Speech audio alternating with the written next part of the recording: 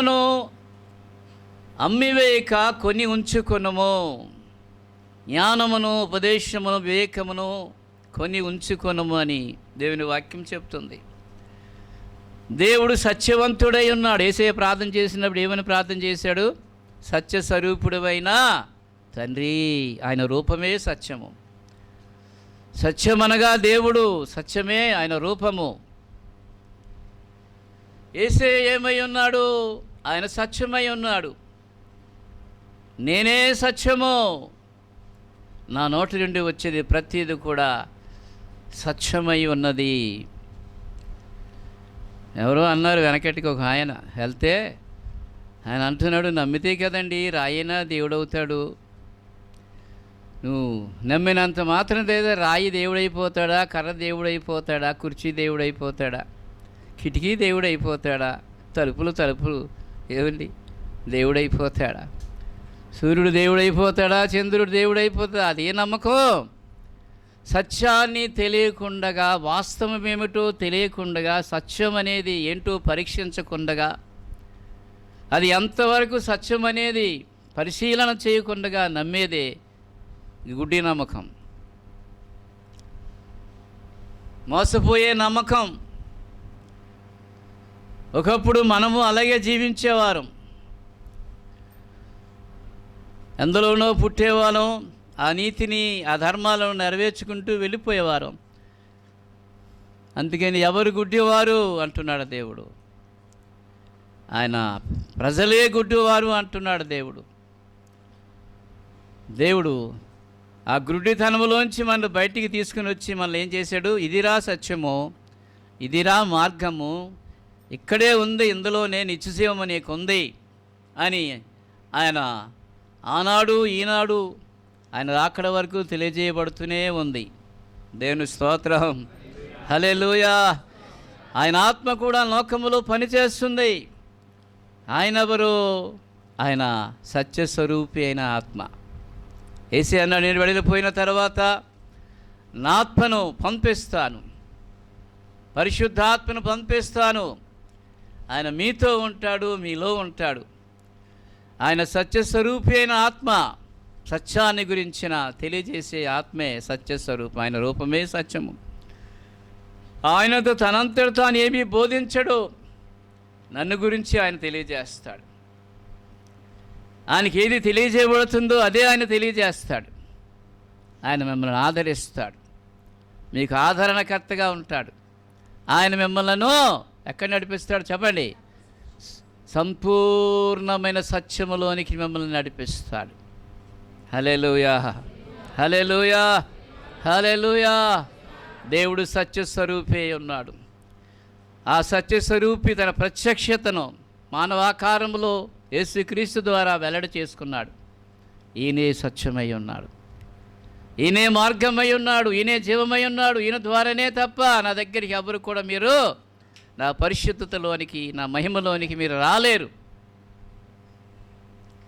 ఆయన వెళ్ళిన తర్వాత, యేసయ్య పునరుత్థానుడే వెళ్ళిన తర్వాత ఆయన తన ఆత్మను పంపించాడు. వేరొక ఆదరణకర్త నేను పంపిస్తాను. లోకం ఆయనను చూడదు, ఎందుకంటే లోకం ఆయనను ఎరగదు. అయితే మీరు ఆయనను ఎరుగుదురు. ఆయన మీతో ఉంటాడు, మీలో ఉంటాడు, మిమ్మల్ని నడిపిస్తాడు సర్వసత్యములోనికి. హల్లెలూయా, హల్లెలూయా. కనుక దేవుని సంఘం ఆత్మకు స్థానం ఇవ్వాలి. దేవుని సంఘం సత్యమైనటువంటి దేవుని యొక్క వాక్యానికి స్థానం ఇవ్వాలి.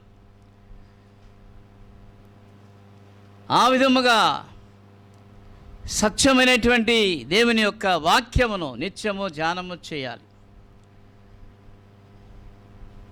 తనను నమ్మినటువంటి యూదులతో, తను వెంబడిస్తున్న యూదులతో 8 యోహాను సువార్త 8వ అధ్యాయంలో మనం చూసినట్లయితే ఆయన అంటున్నాడు, 32వ వచనంలో మనం చూసినట్లయితే అంటున్నాడు, తనను నమ్మిన యూదులతో ఆయన ఇలాగూ మాట్లాడాడు. ఏమని చదువుతారా? 8:32 యోహాను శుభవార్త. తనను నమ్మిన యూదులతో ఆ మాట. కాబట్టి తను ఎవరైతే నమ్మారో, తను వెంబడిస్తున్నారో ఆ యూదులతో అంటున్నాడు ఆయన,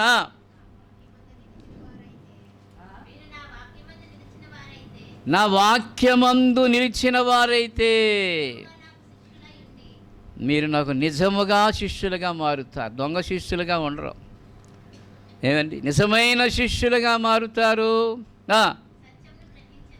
అప్పుడు సత్యమేంటో మీకు అర్థమవుతుంది. అంతవరకు కూడా మీకు అర్థం కాదు. వాక్యము మీలో నిలవాలి. వాక్యము మీలో నిలవాలి. అప్పుడు మీరు సత్యాన్ని గ్రహిస్తారు. అసత్యమేంటో మీకు అర్థమవుతుంది. అప్పుడు మీరు ఏమవుతారు? సత్యము గ్రహించిన తర్వాత మీ మీద ఉన్న కట్లు తెగిపోతాయి. ఇందులో వాస్తవం లేదు. ఎంతవరకు మనం గుడ్డిగా నమ్మాము. మనం చేస్తుంది సరైన నమ్మిక కాదు. మనం అనుసరిస్తున్న విధానం సరైనది కాదు. మనం వెళ్ళే త్రోవలు సరైనది కాదు. మన ఆచారాలు సరైనవి కాదు. మన సాంప్రదాయాలు సరైనవి కాదు. ఎప్పుడైతే వాక్యమును మనలో నిలిచి దాన్ని గ్రహిస్తామో అప్పుడు నిజమైన శిష్యులుగా మారుతాము. అప్పుడు ఆ సత్యం మనల్ని ఏం చేస్తుంది? మన బంధకాలలో నుంచి, మన అజ్ఞానములో నుంచి, మన బుద్ధిహీనతలో నుంచి, మన మూర్ఖ స్వభావంలో నుంచి, మన వేషధారణలో నుంచి, మోసపరిచే అపవాది ఉచ్చులలో నుంచి, మోసపరిచే లోకము దాని యొక్క కార్యక్రమాలలో నుంచి మనల్ని ఏం చేస్తుంది? విడుదల పరిస్థితి, స్వతంత్రులమవుతాము. హల్లెలూయా, హల్లెలూయా. స్వతంత్రులమవుతామంటే దాని అర్థం ఏంటంటే అన్నీ చేయడానికి కాదు. దేవుడు ఏం చెప్పాడో అది మాత్రం చేయడానికే. అన్నీ ఏమండి చేయడానికి కాదు అని దేవుని వాక్యం సెలవిస్తుంది. అన్నీ చేయుటకు దేవుడు అనుమతించడు. స్వాతంత్రం ఇచ్చాడు కదా అని చెప్పి అన్నీ చేయడానికి దేవుడు అంగీకరించదు. వాక్యం సత్యం అంగీకరించదు. ఏది ఆయన చేయమంటున్నాడో అది చేయడానికి మాత్రమే మనకు స్వాతంత్రం ఇచ్చాడు. దేవుని స్తోత్రం. హల్లెలూయా, హల్లెలూయా. దేవుని పిల్లరా, స్వాతంత్రం ఉంది కానీ ఎవరిని పెట్టి తిడితే ఏం చేస్తారో తీసుకెళ్ళి లోపల పడేస్తారు. ఏంటి? కాస్త కోస్త మన భారతదేశంలో వాక్ స్వాతంత్రం ఉంది. చాలా దేశాలు అది కూడా లేదు. పొరపాటుని ఏదైనా మాట్లాడా తీసుకుని వెళ్ళి పడేస్తారు. ఏమండి? కనుక తను నమ్మిన యూదులతో ఖచ్చితంగా చెప్తున్నాను, నన్ను నమ్మి నన్ను వెంబడిస్తున్నారు మీరు, మంచిదే, కానీ కండిషన్ ఇది. అలాగైనప్పుడు మీరు నిజముగా స్వతంత్రులు అవుతారు. హల్లెలూయా. సత్యం ఏంటో మీకు అర్థమవుతుంది అని యేసు ప్రభు ఖచ్చితంగా చెప్పడం అనేది జరిగింది. నిర్గమకాండం 34:6 ఏం చెప్తుందో చూద్దాం. 34:6 నిర్గమకాండంలో సత్యాన్ని గురించి ఏం చెప్తుందో దేవుని వాక్యం చూద్దాం. చూడండి, చదవండి. 34:6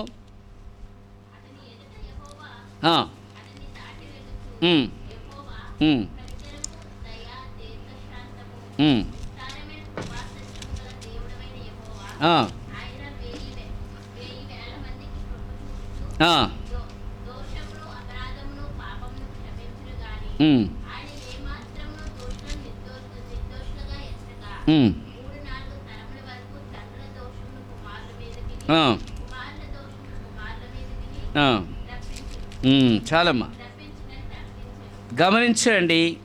కొండ మీదకి ఆయన రమ్మన్నాడు. నీతో పాటు ఎవరు కూడా రాకూడదు, ఈ కొండలు ఎవరు కూడా తాకూడదు. కొండ మీదకి రా మోషే, నేనేంటో నీకు తెలియజేస్తాను. నన్ను గురించి నీ ఆలోచనలు భిన్నంగా ఉన్నాయి కనుక నువ్వు ఒంటరిగా రా కొండ మీదకి. ఆ సీనాయి కొండ మీదకి శిఖరానికి రమ్మన్నాడు. దేవుని పిల్లారా, కొండ ప్రార్థనా జీవితానికి సాదృశ్యం. ఏ వ్యక్తి జీవితంలో ప్రార్థనలో ఎదుగుతూ ఉంటాడో ఆ వ్యక్తి దేవుని అర్థం చేసుకోవటంలో, దేవుని యొక్క నీతిని, దేవుని చిత్తాన్ని, దేవుని మనస్సును, దేవుని ప్రేమను, దేవుని కృపను అర్థం చేసుకోగలుగుతాడు. అంతవరకు సరిగ్గా మనకు అర్థం కాదు. అందుకని మన ప్రార్థనా జీవితాలను పెంపొందించుకోవాలి. ప్రార్థనా జీవితాలను దేవుని దగ్గర గడపాలి. చాలామందికి ప్రార్థన అంటే 5 నిమిషాలు లేక 10 నిమిషాలు, లేకపోతే బెడ్ ఎక్కే ముందు, బెడ్ దిగే ముందు, బయటికి వెళ్ళే ముందు సిలుగుర్తు తీసుకొని క్యాలెండర్లో వాక్యం చదువుకొని వెళ్ళిపోవడం అనేది ప్రార్థన కాదు. ప్రార్థన అనేది దేవునితో ఒక ప్రత్యేకమైనటువంటి సహవాసం, దేవునితో సహవాసం. దాన్ని పెంపొందించుకోవాలి, ప్రార్థనలో గడపాలి. సమస్యలు పరిష్కారం అవ్వాలి అంటే దేవుని యొక్క శక్తి కలిగి మనం ఉండాలన్నా, దేవుని యొక్క ఆలోచనలు మనం పొందాలన్నా, దైవ దర్శనం మనం కలిగి ఉండాలన్నా, దేవుని కార్యాలు మనం చూడాలన్నా, ఏ పరిస్థితుల్లో అయినా సరే వెళ్ళి మోకరించాలి. యేసయ్య ఆయన సిలువకెక్కే ముందు ఆయన ఎంతగానో వేదనతో ఉండనటువంటి హృదయం. అయితే ఆయన గెత్సేమనే తోటలోనికి వెళ్ళి ఏకాంతంగా ప్రార్థన చేస్తున్నాడు. శిష్యులు చెప్పాడు, ప్రార్థించి కొంతమందిని మీరు ఇక్కడ ప్రార్థించాలి. ఆయన కొంత దూరం వెళ్ళి ఆ గెత్సేమనే తోటలో అర్ధరాత్రి ప్రార్థన చేస్తున్నాడు. ఎంతగా ప్రార్థన చేస్తున్నాడంటే ఆయన సున్నితమైనటువంటి శ్వేత గ్రంథుల్లో సున్నితమైన నరాలు ఉంటాయి. ఒక వ్యక్తి మహావేదన పడినప్పుడు ఆ సున్నితమైన నరాలు పగిలి రక్తం చెమటతో కలిసి కింద పడుతుంది. అలా పడ్డది యేసయ్య రక్తం. అంత మరణకరమైన వేదనలో ఉంటూ ఆయన తండ్రిని ప్రార్థన చేస్తున్నాడు. ముమ్మారు ప్రార్థన చేశాడు. అప్పుడు దేవుని చిత్తం స్పష్టంగా ఆయన ఆ సమయంలో ఎదుర్కోవలసి ఉంది, సిలువకి ఎక్కవలసి ఉంది. ఆ సమయం అయిన తర్వాత దేవదూతలు వచ్చి ఏం చేశారు? ఆయన్ని బలపరిచారు. హల్లెలూయా, హల్లెలూయా, హల్లెలూయా. కనుక ప్రార్థన ద్వారా ఆయన బలపరచబడ్డాడు. ఆయన మనకలాంటి శరీర ఆకారము కలిగి ఉన్నవాడే, మనకలాంటి మనిషే, కానీ అంతరంగములో ఆయన దేవుని కుమారుడై ఉన్నాడు. దేవుని సంపూర్ణత అంతా ఆయనలో ఉంది, దేవుని మహిమ అంతా ఆయనలో ఉంది. కనుక ఆ వేదనకరమైన పరిస్థితుల్లో కూడా ఆయన ప్రార్థన చేశాడు. కనుక పరిస్థితులు ఏమైనప్పుడు కూడా మన ప్రార్థనా జీవితంలో దేవుని దగ్గర మనం ప్రార్థన చేసినప్పుడు మన దుఃఖానికి జవాబు ఉంటుంది. ప్రార్థించినప్పుడు మనకేం కలుగుతుంది? ధైర్యము కలుగుతుంది, ఆదరణ కలుగుతుంది, బలమునిస్తాడు. దేవుడు తన యొక్క అంతరంగంలోంచి మనతో మాట్లాడుతాడు, వాక్యము ద్వారా మనతో మాట్లాడుతాడు. ప్రార్థించిన మనం లేచిన తర్వాత ఏం కలిగి ఉంటాము? బలము కలిగి ఉంటాము, ధైర్యం కలిగి ఉంటాం, నిరీక్షణ కలిగి ఉంటాం. ధైర్యంతో ముందుకు వెళతాము, చేయవలసింది ఎదుర్కొంటాం. హల్లెలూయా. ప్రార్థన నీకు శక్తిని ఇస్తుంది, ప్రార్థన నీకు ధైర్యం ఇస్తుంది, ప్రార్థన దేవునితో నీకు సంబంధాన్ని కలిగించి బలాన్ని ఇస్తుంది దేవుని పిల్లరా. కనుక కొండ మీదకి రమ్మన్నాడు. నీతో పాటు ఎవ్వరిని తీసుకురావద్దు, నువ్వు అక్కడికి రా అని చెప్పి ఆయన ఆ కొండ మీదకి ఆయన దిగి వచ్చాడు.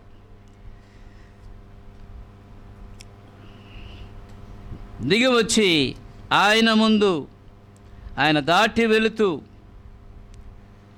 ఆయన తన గురించి ఆయన ప్రకటన చేస్తూ ఉన్నాడు.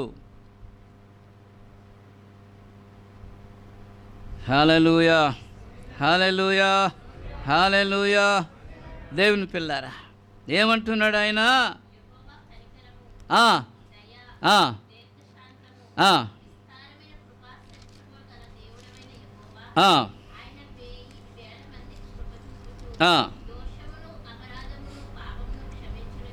ఆమేన్. మేఘములో నుంచి ఆయన దిగి వచ్చాడు. ఎలాగైనా వచ్చాడు? మేఘములో దిగి వచ్చాడు. దేవుణ్ణి ఎప్పుడూ ఎవరూ చూడలేదు, ఆయనను కనపరిచింది యేసయ్యే కనపరిచాడు. అంతవరకు ఏ భక్తుడు కూడా దేవుణ్ణి ఎప్పుడూ చూడలేదని వాక్యం స్పష్టంగా చెప్తుంది. యేసయ్యే, ఆయన పక్కన కూర్చున్న యేసయ్యే ఆయన్ని ఈ లోకానికి తన రూపంలో కనపరిచాడు అని దేవుని వాక్యం స్పష్టంగా చెప్తుంది. యోహాను 1 ఎవడైనా 1:18 కదా, 1:18 1:18 యోహాను శుభవార్త 1:18లో చెప్తుంది, ఎవడనో ఎప్పుడునో దేవుని చూడలేదు, తండ్రి పక్కన కూర్చున్నవనట్టి ఆయన ఏకైక కుమారుడే ఆయన ఈ లోకానికి తెలియజేశాడు. ఆ ఫుట్నోట్లో ఏకైక దేవుడు అని ఉంది. ఏముంది అక్కడ ఫుట్నోట్లో? కిందనే ఏముంది? కిందనే జనతైక కుమారుడు, ఇంకా ఏకైక అద్వితీయ దేవుడు. హల్లెలూయా. యేసయ్య ఏమేమి ఉన్నాడు? అద్వితీయ దేవుడు, ఏకైక కుమారుడు. ఆ కుమారుడే తండ్రిని లోకానికి, తండ్రి అంటే ఎవరో కాదు, నన్ను చూచిన వాడే తండ్రిని చూచి ఉన్నాడు అన్నాడు. దేవుని స్తోత్రం. హల్లెలూయా, హల్లెలూయా. తెలియని తండ్రిని గురించి చాలామంది మోసపోతున్నారు.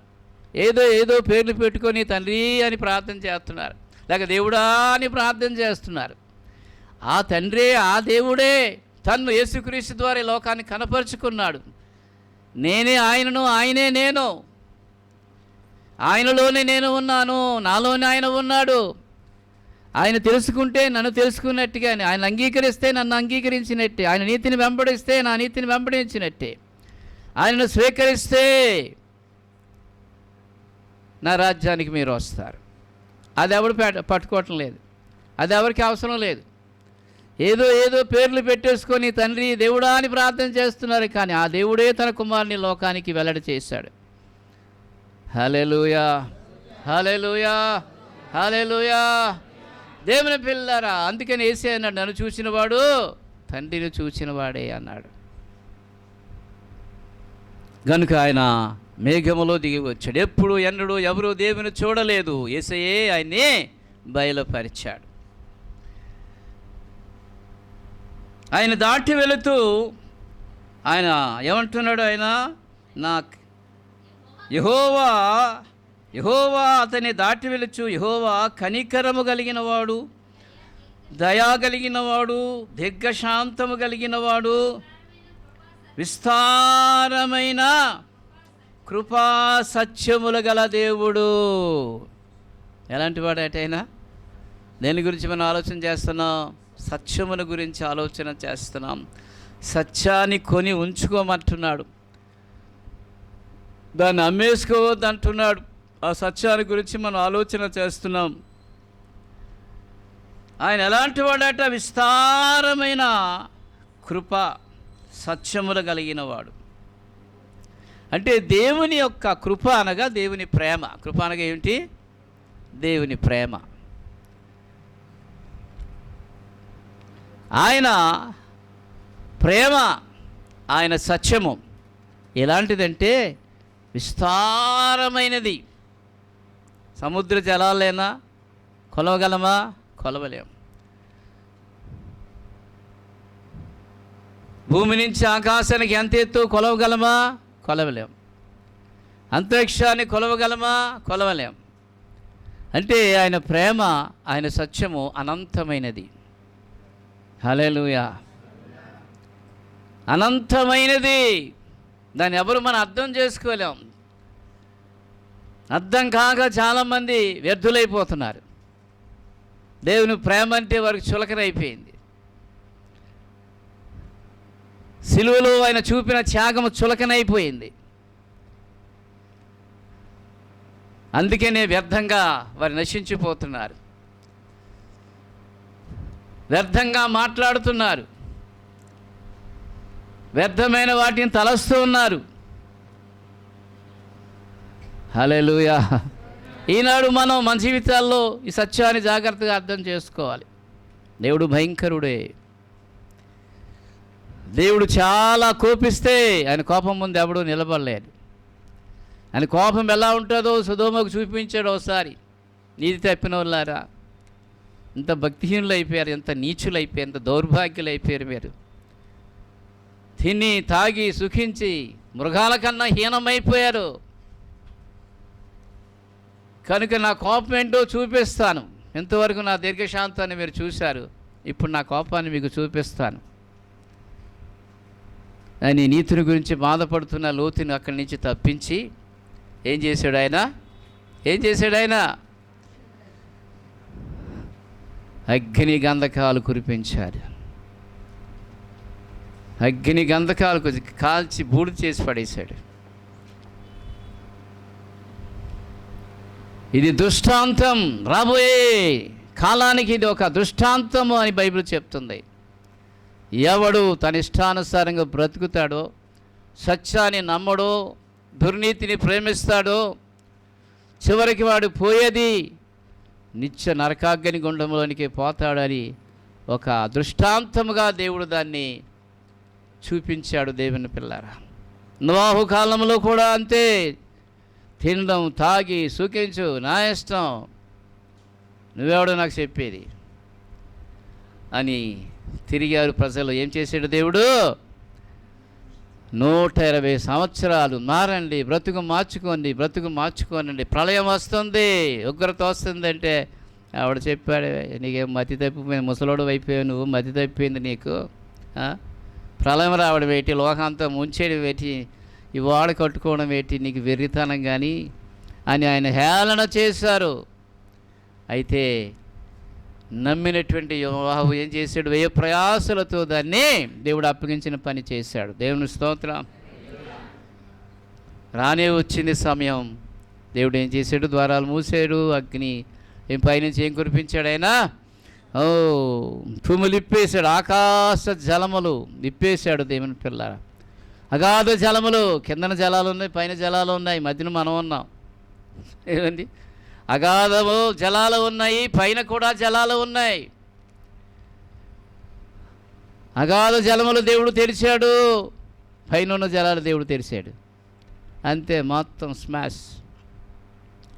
నమ్మినవాడు నోవా కుటుంబం మాత్రమే ఈనాడు భూమి మీద ఉన్నారు. దేవుని స్తోత్రం. హల్లెలూయా, హల్లెలూయా. గనుక దేవుడు ఎలాంటి వాడైనా అనంతమైనటువంటి ప్రేమ కలిగిన వాడు, అనంతమైన కృప కలిగిన వాడు, అనంతమైన సత్యము కలిగిన వాడు. మనిషి దాన్ని అర్థం చేసుకోలేడు. మనిషి దేవుని ప్రేమను అర్థం చేసుకోలేనివాడు, మనిషి దేవుని సత్యాన్ని అర్థం చేసుకోలేనివాడు. కనుకనే దాన్ని బయలుపరచడానికి యేసయ్య లోకానికి వచ్చాడు. దేవుని స్తోత్రం. హల్లెలూయా. పాత నిబంధనలో భక్తులు కొంతవరకే దేవుని ప్రేమను చూడగలిగినారు, కొంతవరకే వారి సత్యాన్ని వారు తెలుసుకోగలిగినారు. కానీ సంపూర్ణముగా లోకానికి వచ్చి ఆయన దేవుని ప్రేమ ఏమిటో ఆయన శిలువలో కనపరిచాడు, తన క్రియలలో కనపరిచాడు, జీవితంలో కనపరిచాడు. ప్రేమ అంటే ఇది, సత్యం అంటే ఇది, మార్గం అంటే ఇది, ఇందులో జీవం ఉంది అని లోకానికి ఆయన తెలియజేశాడు. దేవుని పిల్లారా, హల్లెలూయా, హల్లెలూయా, హల్లెలూయా. కనుక అనేక సార్లు మన జీవితాల్లో దేవుని ప్రేమను గురించి మనం శంకిస్తాం, దేవుని కృపను గురించి మనం సరిగ్గా అర్థం చేసుకోలేం, దేవుని సత్యాన్ని గురించి మనం అర్థం చేసుకోలేం. మనం అనుసరిస్తుందే సత్యం అనుకుంటాం, నేను నడుస్తున్న మార్గాలే సత్యం అనుకుంటాం, నేను చూపుతున్న ప్రేమే సరైంది అనుకుంటాం. ఏమండి? మోసపోతుంటాము దేవుని పిల్లారా. కనుక విస్తారమైన కృపా సత్యము కలిగిన వాడు ఆయన. కృప వెంబడి కృపను మనకిస్తున్నాడు. ఎందుకు అంటే మనం ఆయన సత్యమును అర్థం చేసుకోవాలని, ఆయన ప్రేమను మనం అర్థం చేసుకోవాలని, దానికి సాక్షులుగా మన జీవితాలు మారాలని ఆయన కోరుతూ మనల్ని అంతగా ప్రేమిస్తున్నాడు. పడిపోయినా, జారిపోయినా, దాటి వెళ్ళినా, తూలిపోయినా, దూరముగా వెళ్ళిపోయినా నిన్ను విడవకుండగా ఆయన నిన్ను దర్శించి, నిన్ను రక్షించి, మరలా తన సన్నిధానముకు నేను నడిపించి, ఆయన కృపలో, ఆయన సత్యంలో నువ్వు నిలబడాలని దేవుడు ఎంతగానో మనకు తన కృపను అనుగ్రహిస్తూ బలపరుస్తున్నాడు. అనేకసార్లు మన జీవితాల్లో తొట్టిల్లిపోతుంటాం, దేవుని ప్రేమలోంచి, దేవుని సత్యంలోంచి మనం దాటి వెళ్ళిపోతుంటాం, దేవుని మనం అపార్థం చేసుకుంటాం. మన కోపాన్ని బట్టి ఏం చేస్తాం దేవుని పిల్లారా? రకరకాలుగా తలుస్తుంటాం. నరుని కోపము దేవుని నీతిని నెరవేర్చదు. మనం అనుకుంటాం దేవుడు ఎంతగా సహిస్తున్నాడు ఏంటి, ఎంతగా ఏమి చేయకుండా అలాగే ఊరుకుంటున్నాడు ఏంటి అని మనం అనుకుంటూ ఉంటుంటాం. అర్థం కాదు. అలాగే అనుకుంటే సౌలు పౌలుగా మారేవాడా? ఏమండి? అలాగే అనుకుంటే మనం ఇక్కడ ఉండగలిగేవారమా? ఉండేవారం కాదు. ఆయన దీర్ఘశాంతము గొప్పది, ఆయన ప్రేమ గొప్పది. అందుకని పౌలు అంతటి వాడికి ఆ ప్రేమ ఏంటో అర్థం కాలేదు. ఆయన ప్రేమ ఏంటో ఆయనకు అర్థం కాలేదు. హల్లెలూయా, హల్లెలూయా, హల్లెలూయా. ఆయన ప్రేమ యొక్క ఎత్తు ఏంటో, ఆయన ప్రేమ యొక్క లోతు ఏంటో, ఆయన ప్రేమ యొక్క వెడల్పు ఏంటో పౌలుకి అర్థం కాలేదు. అంత జ్ఞాని అయినటువంటి పౌలుకి ఆయన ప్రేమను గురించి అర్థం కాలేదు. దేవుని స్తోత్రం, హల్లెలూయా. గనుక దేవుడు ప్రేమ స్వరూపుడై ఉన్నాడు. తన ప్రేమను మనకు అనుగ్రహిస్తున్నాడు, తన సత్యమును మనకు అనుగ్రహిస్తున్నాడు. ఆ సత్యములో మనము జీవించాలని, ఆయన ప్రేమలో మనము జీవించాలని దేవుడు కోరుతున్నాడు. అందుచేత దేవుని పిల్లమైన మనం ఇప్పుడు దీన్ని ఏం కలిగి ఉండాలి? మనము దాన్ని ఏం చేయాలట? దాని కొరకు మనం వెల చెల్లించాలి. దానిని ఇంకా ఇంకా ఇంకా ఆయనే మనల్ని ప్రేమించాడు, ఆయనే మనల్ని రక్షించాడు, ఆయనే తన కృపను మనకి ఇచ్చాడు. కానీ ఇప్పుడు మనం ఏం చేయాలి? దాని కొరకు వెల చెల్లించాలి. హల్లెలూయా, హల్లెలూయా. ఆయన అంటాడు, మీరు మీ సొత్తు కాదు. రాత్రి ధ్యానించాము కదా, మీరు మీ సొత్తు కాదు, మీరు వెలపెట్టి కొనబడిన వారు గనుక మీ దేహాలతో దేవుని మహిమపరచండి అంటున్నాడు. కనుక ఆయన మనల్ని కొన్నాడు. ఆ కొనడానికి ఆయన ఎంతో త్యాగం చేయవలసి వచ్చింది, యాగం అవ్వవలసి వచ్చింది. హల్లెలూయా, హల్లెలూయా. కనుక ఆయన అంటున్నాడు, ఇప్పుడు మీరు మీ సొత్తు కాదు, మీరు వెలపెట్టి కొనబడిన వారు, విలువ చెల్లించాను మీ కొరకు. కనుక మీ దేహాలతో దేవుని మహిమపరచండి. ఇప్పుడు మీరు నా సొత్తు. హల్లెలూయా. కనుక ఇప్పుడు మీ దేహాలతో మీరేం చేయండి? మీ దేహాలు మీవి కావు, నావి. మీరు నా సొత్తు. దేవుని సొత్తును ఏమండి అపహరించువాడు ఎవడు? హల్లెలూయా, హల్లెలూయా, హల్లెలూయా. అంచేత ఇప్పుడు మనం వెల చెల్లించాలి. ఆయన ప్రేమను రుచి చూచాము, కృపచేత మనం రక్షించబడ్డాం, సత్యమును అవగాహనలోనికి తీసుకొని రాబడ్డాం. అయితే ఆ సత్యములోనే మనం, ఆ సత్యము కొరకు మనం నిలబడాలని, జీవించాలని దేవుడు కోరుతున్నాడు. సంఘం అట సత్యానికి ఏమట? స్తంభం. ఈ బిల్డింగ్ నిలబడ్డదండి, దినం నిలబడ్డది, స్తంభాల మీద ఇది నిలబడ్డది. అలాగే సంఘము, లోకానికి సత్యము తెలియదు. అయితే ఆ సత్యాన్ని మనం రుచి చూచాం, ఆ సత్యాన్ని ధ్యానిస్తున్నాం. అయితే ఆ సత్యానికి మనం ఎలా నిలబడాలి? స్తంభాలలాగా ఉండాలట. పిల్లర్స్ కదిలిపోతే ఏమవుద్ది? బిల్డింగ్ కూలిపోద్ది. మనలో సత్యం కదిలిపోతే ఏమవుతాం? కూలిపోతాం. కనుక దాని కొరకు మనం వెల చెల్లించాలి అంటున్నాడు. కొనడం అంటే ఏంటి? వెల చెల్లించాలి. హల్లెలూయా, హల్లెలూయా. దాన్ని అమ్మేసుకోకూడదు, దాన్ని అమ్మేసుకోకూడదు. ఏమండి, ఉదాహరణకి దేవుడు మనకి 24 గంటల సమయం ఇచ్చాడు. సమయం ఇచ్చినప్పుడు దాన్ని దేవుని కొరకు మనం వినియోగించాలి. దాన్ని దొంగలిస్తున్నామంటే ఏం చేస్తున్నాం అన్నమాట? అమ్మేసుకుంటున్నాం అన్నమాట. ఆదివారం ప్రభు దినం నీ దేవుని సన్నిధికి వెళ్ళి దేవుని ఆరాధించాలి. నీ సొంత పనుల కొరకు ఎంత యాక్టివ్గా ఉంటావు?